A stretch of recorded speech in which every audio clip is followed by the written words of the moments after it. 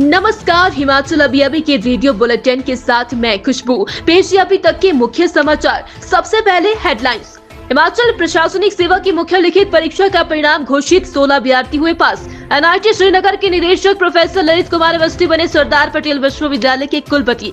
CM Sukhu ने रुथान में रखी प्रदेश के पहले सुखाश्रय आदर्श ग्राम परिसर की आधारशिला। कांग्रेस के राष्ट्रीय प्रवक्ता अभय दुबे बोले, यूसीसी बीजेपी का चुनावी स्टंट, पहले सीएए एनआरसी भी लाए, लागू नहीं किया। हिमाचल के स्कूल कॉलेजों में ई सिगरेट पर लगा बैन, बेचते या पीते पकड़े गए तो खैर नहीं, लगेगा तगड़ा जुर्माना।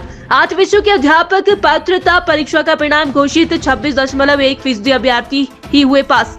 अब समाचार विस्तार से। हिमाचल प्रदेश लोक सेवा आयोग ने बीते 13 से 19 दिसंबर तक हुई हिमाचल प्रदेश प्रशासनिक सेवा मुख्य परीक्षा 2023 का परिणाम घोषित कर दिया है। प्रारंभिक शिक्षा में HAS की मुख्य परीक्षा के लिए 227 अभ्यर्थियों को योग्य घोषित किया गया था। इन उम्मीदवारों में से 216 ने मुख्य परीक्षा दी। मुख्य परीक्षा में 16 उम्मीदवारों को उत्तीर्ण घोषित किया है। इन उम्मीदवारों के साक्षात्कार शिमला के निगम विहार स्थित राज्य लोक सेवा आयोग मुख्य कार्यालय में 4 मार्च से होंगे। आयोग के अनुसार परिणाम तैयार करने में पूरी सावधानी बरती गई है, फिर भी अनजाने तकनीकी त्रुटि की संभावना से इनकार नहीं किया जा सकता है। राष्ट्रीय प्रौद्योगिकी संस्थान श्रीनगर उत्तराखंड के निदेशक प्रोफेसर ललित कुमार अवस्थी हिमाचल प्रदेश के सरदार पटेल विश्वविद्यालय मंडी के कुलपति नियुक्त किए गए हैं। उनकी नियुक्ति राज्य सरकार के परामर्श के बाद की गई है। इस संबंध में गुरुवार को राजभवन शिमला की ओर से नियुक्ति आदेश जारी किए गए हैं। प्रोफेसर ललित कुमार अवस्थी की नियुक्ति सरदार पटेल विश्वविद्यालय मंडी में कुलपति का पदभार ग्रहण करने की तिथि से 3 वर्ष की अवधि के लिए की गई है।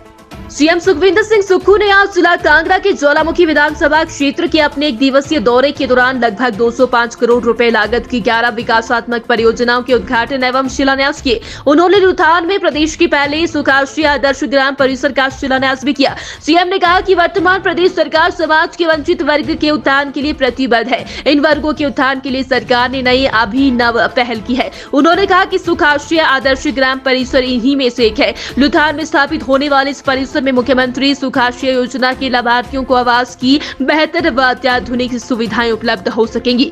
शेष समाचार ब्रेक के बाद।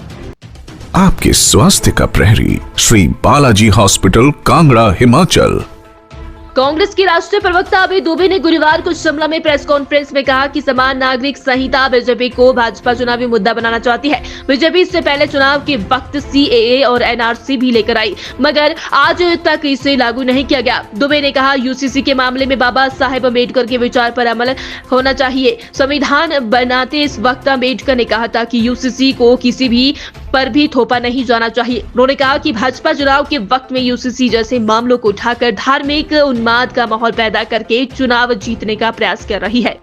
हिमाचल के स्कूल कॉलेज सहित अन्य शिक्षण संस्थानों में इलेक्ट्रॉनिक सिगरेट की बिक्री को पूर्णतः प्रतिबंधित कर दिया है। यदि कोई इसे बेचता हुआ पाया जाता है तो उसके खिलाफ कानून के तहत कार्रवाई होगी। विद्यार्थी व दुकानदार इसे अपने पास रख भी नहीं पाएंगे। केंद्र सरकार की ओर से आए निर्देशों के बाद शिक्षा विभाग ने इसको लेकर सख्ती कर दी है। निदेशक उच्चतर शिक्षा डॉक्टर अमरजीत शर्मा की ओर से इस संबंध में सभी शिक्षण संस्थानों को सर्कुलर जारी कर दिया गया है। हिमाचल प्रदेश स्कूल शिक्षा बोर्ड ने नवंबर में आयोजित हुई 8 विषयों की अध्यापक पात्रता परीक्षा टेट का परिणाम घोषित कर दिया है। बोर्ड ने परीक्षा परिणाम अपनी आधिकारिक वेबसाइट पर अपलोड कर दिया है। परीक्षा परिणाम 26.1% रहा। बोर्ड ने नवंबर JBT, Shastri, TGT arts, TGT medical, TGT non medical, भाषा अध्यापक, उर्दू और पंजाबी विषय के लिए अध्यापक पात्रता परीक्षा का आयोजन किया था। शिक्षा बोर्ड के सचिव डॉक्टर विशाल शर्मा ने बताया कि अस्थायी उत्तर कुंजी में दर्ज उत्तरों को लेकर परीक्षार्थियों की ओर से दर्ज आपत्तियों की विशेषज्ञों से समीक्षा करवाने के बाद अंतिम उत्तर कुंजी तैयार की गई है।